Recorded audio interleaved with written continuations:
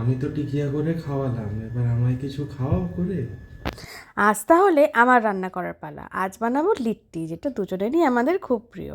সেটার জন্য লাগবে রসুন, আদা, পেঁয়াজ, অনেকটা ধনেপাতা, লঙ্কা, লেবু আর টমেটো দুটো রেখেছি, ওটা পোড়া করবো বলে। তো চপারের মধ্যে আমরা টমেটম আর ধনেপাতা বাদে সব কিছু দিয়ে দিয়েছি। এবার একটা বাটির মধ্যে ছাতুর মধ্যে সব চপ করা জিনিসগুলো দিয়ে নেব। তারপর ধনেপাতা, লেবু একটুখানি ছিল, আর একটু হলে ভালো হতো। নুন, জোয়ান এগুলো দিয়ে নিচ্ছি, জোয়ানটা ক্রাশ করেই দিতে হবে। আমচুর, চাট মশলা এগুলো দিয়ে নিতে হবে যাতে করে টেস্টটা অনেক ভালো হয়।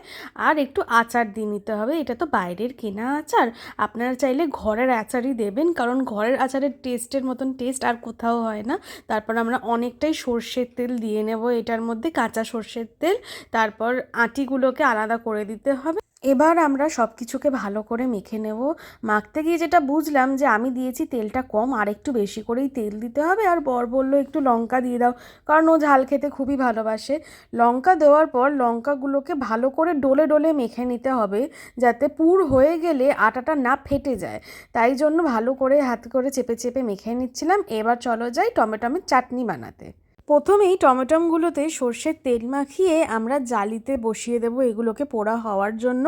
কিন্তু গ্যাসের আঁচটাকে আমরা কমই রাখবো, যাতে এগুলো ভেতর থেকেও ভালো করে সিদ্ধ হয়ে যায়। তারপর আস্তে আস্তে আমরা গ্যাস বাড়িয়ে দেবো সিদ্ধ হয়ে যাওয়ার পর।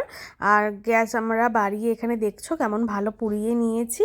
এবার এক এক করে টমেটোগুলোকে রেখে একটা বাটিতে জল নিয়ে খোসাগুলোকে ছাড়িয়ে নেব। এবার খোসাগুলো দেখতেই পাচ্ছ কি সুন্দর ইজিলি ছেড়ে যাচ্ছে, তার মানে টমেটোটা ভালো করে সেদ্ধ হয়ে গেছে।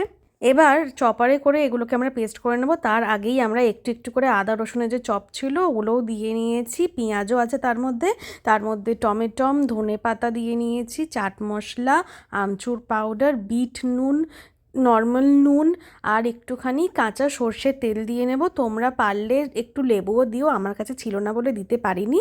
তারপর একটুখানি চপ চপ করে নেব। দেখতে পাচ্ছ চাটনিটা কি সুন্দর হয়ে গেছে।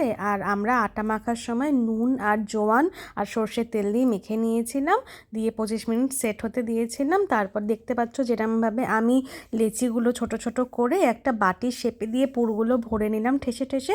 অমনি করেই করো, কারণ পুর ঠাসা না হলে খেতে ভালো লাগবে না। আর এটাকে বেলার দরকার নেই, আমি ঠিক হাতে যেরকম করে করছি ওরকম করে করবে, দেখবে লিট্টিগুলো ভালো ফুলছেও। আর কি সুন্দর দেখতে পাচ্ছ, লিট্টিগুলো লাল লাল করে ভেজে নিয়েছি, লিট্টির ভেতর পুরগুলো দেখো একদম ঠাসা। এবার বরের টেস্ট করার পালা, ওরও খুব ভালো লেগেছে।